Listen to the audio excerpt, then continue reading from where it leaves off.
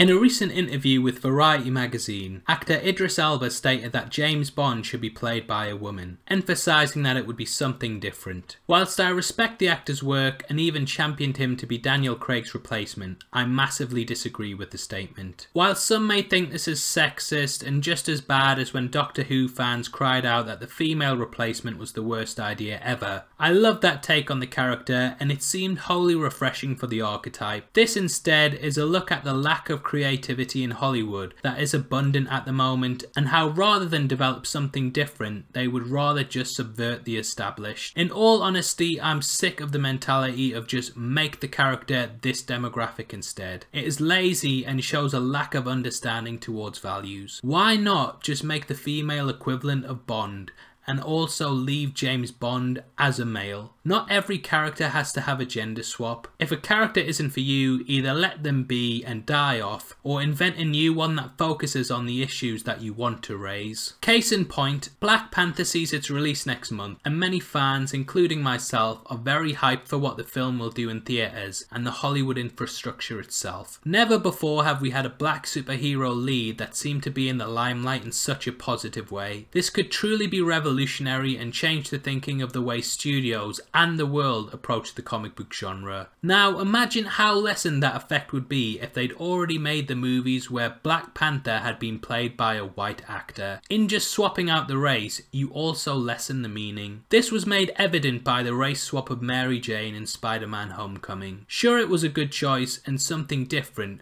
but did it really enforce the values of equality and give the black community something that they could rally behind? Personally, I don't think it was anywhere near as creative as the new black love interest, Liz. This original character was far more interesting and massively overshadowed Mary Jane due to her originality. She ended up being more empowering and her interracial lineage much more relatable. Idris's statement doesn't really seem to do anything other than pander towards people. Another example is Wonder Woman. Wonder Woman has always been a woman, and therefore at her core she is always a tentpole for women's rights and strong female leads. When the movie was released there was Oscar talk. This was all centered around an original female character. Now Wonder Woman is opening the door for other female superhero characters.